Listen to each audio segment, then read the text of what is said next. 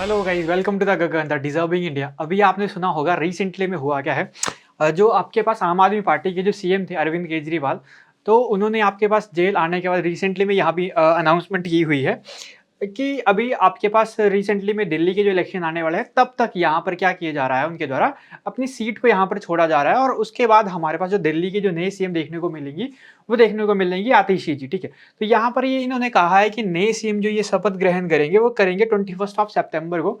तो आपके पास आपने सुना होगा कि सीनियर की जो आप जो लीडर हैं, ठीक है, आम आदमी पार्टी ही है, मतलब आपके पास नाम सुना होगा, एक नेशनल पार्टी है ये आम आदमी पार्टी। इंडिया में टोटल टोटल 6 ही टोटल नेशनल पार्टी है, जिसमें से आम आदमी पार्टी भी एक क्या है, नेशनल पार्टी है। और इन्हीं की सबसे सीनियर लीडर हैं एक आतिशी। ये क्या होंगी आपके पास नई सीएम होंगी हमारी कैपिटल की, आपके पास न्यू दिल्ली की। देखो, लोकसभा और आपके पास जो राज्यसभा है वो भी दिल्ली में बैठती है, बट हम बात कर रहे हैं अभी दिल्ली की विधानसभा के बारे में। दिल्ली में जो यूनियन टेरिटरी है उसकी यहाँ पर क्या बनेगी, मुख्यमंत्री बनेगी। लोकसभा और विधान सॉरी आपके पास जो राज्यसभा है वो सरकारें अलग है, वो सेंटर की सरकार है, वो भी बैठती है दिल्ली में ही है। बट यहाँ पर जो है वो लेजिस्लेटिव असेंबली की जो सरकार है, उनकी सीनियर लीडर जो आपकी जो लीडर है आतिशी, यही क्या होंगी, नई दिल्ली की सीएम होंगी। अभी जब तक यहाँ पर दिल्ली में इलेक्शन नहीं होते हैं, फिर से अगर आम आदमी पार्टी जीतती है तो फिर देखा जाएगा कि फिर से अरविंद केजरीवाल जी सीएम बनेंगे या क्या होगा, वो नेक्स्ट इलेक्शन के बाद की बात है। फिलहाल के लिए ये जो भी हमारे पास 1-2 मंथ जो बचे हुए हैं इलेक्शंस के लिए, तब तक यहाँ की दिल्ली की जो सीएम होंगी वो कौन रहेंगी, आतिशी यहाँ पे रहेंगी। तो आतिशी अगर बात कही जाए, miss Atishi currently a significant responsibility with the Delhi government serving as a cabinet minister. अभी भी देखो ये कैबिनेट मिनिस्ट्री संभाल रही है कहाँ पर, दिल्ली की जो आपके पास लेजिस्लेटिव असेंबली जो विधानसभा है, यहाँ की कैबिनेट मिनिस्टर हैं। और इनके पास अभी आपके पास लगभग लगभग 14 पोर्टफोलियो मतलब 14 मिनिस्टर इनके पास है। लाइक एजुकेशन आपके पास मिनिस्टर इनके पास है, पब्लिक वर्क डिपार्टमेंट जिसको हम पीडब्ल्यूडी नाम से जानते हैं, टूरिज्म, कल्चर एंड पावर। इस तरीके से हमारे पास क्या, इनके पास बहुत ज्यादा मिनिस्ट्रीज इनके पास हैं। ठीक है जी, चलो नेक्स्ट हम बात करते हैं। अगर ये एमएलए मतलब जो लेजिस्लेटिव असेंबली की जो मेंबर ऑफ लेजिस्लेटिव असेंबली की जो है ये एमएलए, वो अगर पूछा जाए कि किस सीट से है तो कालका जी, ठीक है। ये कालका जी सी सीट से ये रिलेटेड रखती है। और कालका जी कहाँ से, दिल्ली से, मतलब दिल्ली की जो आपके पास कॉन्स्टिट्यूंसी की सीट है कालका जी, वहीं से ये रिलेटेड रखती है, मतलब वहीं से इलेक्शन जीती हुई है विधानसभा की। और अगर पूछा जाए कि मिस आतिशी जो होगी, ये थर्ड वुमेन होगी, तीसरी वुमेन सीएम होगी। देखो बहुत ज्यादा सीएम रहे हैं, बट तीसरी महिला, ठीक है, तीसरी महिला ये सीएम रहेंगी किसकी, union territory after the Sushma Swaraj and the Sheila Dikshit. तो सुषमा स्वराज पहले रही थी, उसके बाद शीला दीक्षित रही थी। देन आपके पास जो सीएम है हमारे पास तीसरी महिला, ठीक है, याद रख लेना, ये तीसरी महिला आपके पास नई सीएम बनी है हमारी यूनियन टेरिटरी किसकी, दिल्ली की। अभी अभी तक यहाँ पर कौन थे, अरविंद केजरीवाल आम आदमी पार्टी के। और ये भी कौन कौन सी पार्टी से रिलेटेड रखती हैं, आम आदमी पार्टी से ही रिलेटेड रखती हैं। देखो अगर थोड़ा सा बात कही जाए दिल्ली की लेजिस्लेटिव असेंबली के बारे में, विधानसभा के बारे में, देखो पहली बार ये कॉन्स्टिट्यूट हुई थी आपके पास 17 मार्च 1952 को। पहली बार ये लेजिस्लेटिव असेंबली जो दिल्ली की जो बनती है वो 17 ऑफ मार्च 1952 को बनती है under the government of part C state. उस टाइम पे यूनियन टेरिटरी दिल्ली ना होकर क्या होता था, पार्ट सी स्टेट होता था। जब आपके पास जब स्टेट बने थे तो उस टाइम पे part A, part B, part C state, ऐसे स्टेट बनाए जाते थे। तो उस टाइम पे आपके पास 1947 के बाद जब हमारा इंडिया जब आजाद हुआ, तो यूनियन जो अभी हमारे पास यूटी जो कैपिटल है, वो आपके पास उस टाइम पे लेजिस्लेटिव असेंबली जो आती है वो पार्ट सी स्टेट की तरह आती है under the act of 1951, but it was abolished on 1st of October 1956 1956 को 1956 को ये लेजिस्लेटिव असेंबली को बंद कर दिया जाता है। और its legislative assembly was reestablish in the year of 2nd of January 1992। फिर से आपके पास लेजिस्लेटिव असेंबली को यहाँ पर बनाई जाती है। और ये लेजिस्लेटिव असेंबली जो बनती है फिर से दिल्ली की, वो बनती है आपके पास 1992 में। After the constitution 69th amendment act 1991, ये बहुत ज्यादा इंपॉर्टेंट है, एग्जाम पे बहुत बार पॉलिटिक्स में ये पूछा जाता है कि किस अमेंडमेंट एक्ट के तहत इसको आपके पास दिल्ली को कैपिटल बनाया गया था, या लेजिस्लेटिव असेंबली को रीएस्टैब्लिश किया गया था।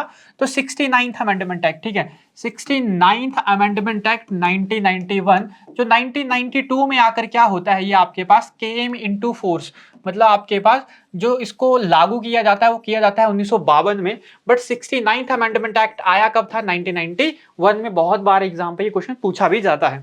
ठीक है। तो ये जब आपके पास केम इनटू फोर्स जब ये आया था, तो वहां पर आपके पास इसको लेजिस्लेटिव असेंबली को रीएस्टैब्लिश किया था।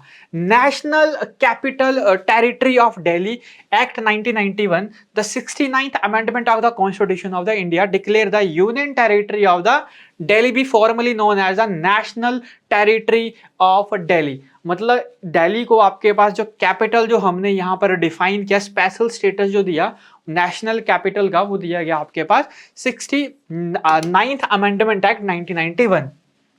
अगर बात कही जाए हमारे पास कि दिल्ली के पहले सीएम कौन रहे हैं, ये आपने याद रखना है। दिल्ली के जो पहले सीएम थे वो थे आपके पास चौधरी ब्रह्म प्रकाश करके, ठीक है। और कौन सी पार्टी से रिलेटेड थे? आईएनसी से, इंडियन नेशनल कांग्रेस पार्टी से ये रिलेटेड पहले सीएम रहते हैं। चौधरी ब्रह्म प्रकाश यादव करके पूरा नाम था।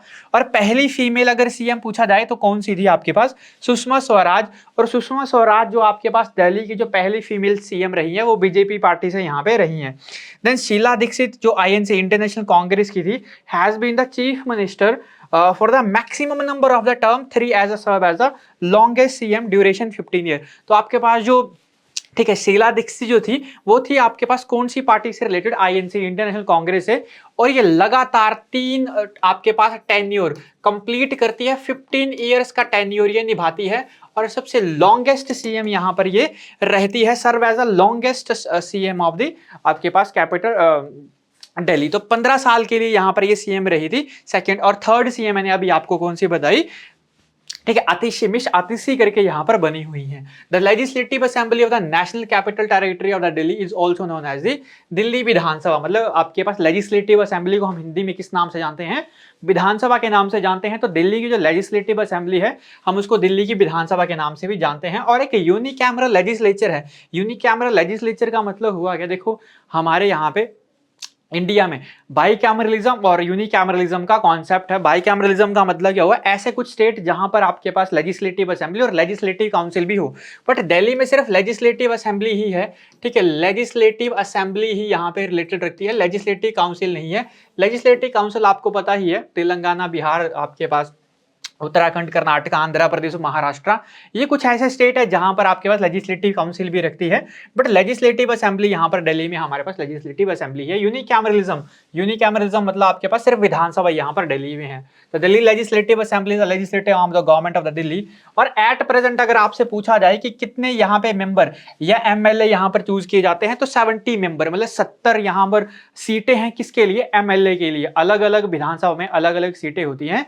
तो यहाँ पर दिल्ली की जो विधानसभा में टोटल जो एमएलए आपके पास अपॉइंट किए जाते हैं वो 70 मेंबर ही अपॉइंट किए जाते हैं। और आपके पास appointed elected, directly elected 70 constituency, मतलब ये 70 बंदे हैं, 70 मेंबर हैं। तो 70 के 70 जो कॉन्स्टिट्यूएंसी हैं वो डायरेक्टली इलेक्टेड यहाँ पर होती हैं। आपको पता है पहले आपके पास जो हमारे पास एंग्लो इंडियंस होते थे उसको भी यहाँ पर अपॉइंट किया जाता था। बट 104th अमेंडमेंट एक्ट के तहत क्या किया गया था? उनको यहाँ पर खत्म कर दिया गया था उस सारे के सारे क्राइटेरिया को।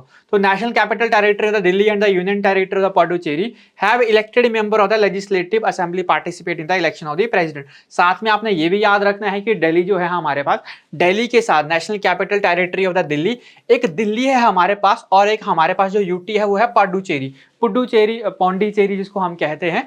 तो दिल्ली और पुडुचेरी, ठीक है, ये दो ऐसी असेंबलीज हैं यूनियन टेरिटरी की जो प्रेसिडेंट के इलेक्शन में भी यहाँ पर क्या करती हैं? आपके पास प्रेसिडेंट के इलेक्टोरल जो कॉलेज होता है उसमें यहाँ पर टेक पार्ट, मतलब हिस्सा लेती हैं। अब देखो ये प्रेसिडेंट की अगर हम हल्की सी बात करें कि ये है क्या कॉन्सेप्ट कि प्रेसिडेंट को इलेक्ट करने में ये नेशनल कैपिटल टेरिटरी ऑफ हमारे पास जो है दिल्ली और पुडुचेरी, इसका क्या रोल है? तो देखो हमारे जो प्रेसिडेंट है उसको जो इलेक्ट किया जाता है by the member of the electoral college. एक इलेक्टोरल कॉलेज होता है जिसके द्वारा हमारे प्रेसिडेंट को यहां पर अपॉइंट किया जाता है, consisting of the elected member of the both houses of the parliament. ठीक है जी, मतलब आपके पास दोनों ही पार्लियामेंट के जो हाउस होते हैं, चाहे आप ये जो हाउस है वो है सेंटर के, लेजिस्लेटिव असेंबली, सॉरी आपके पास लोकसभा और राज्यसभा।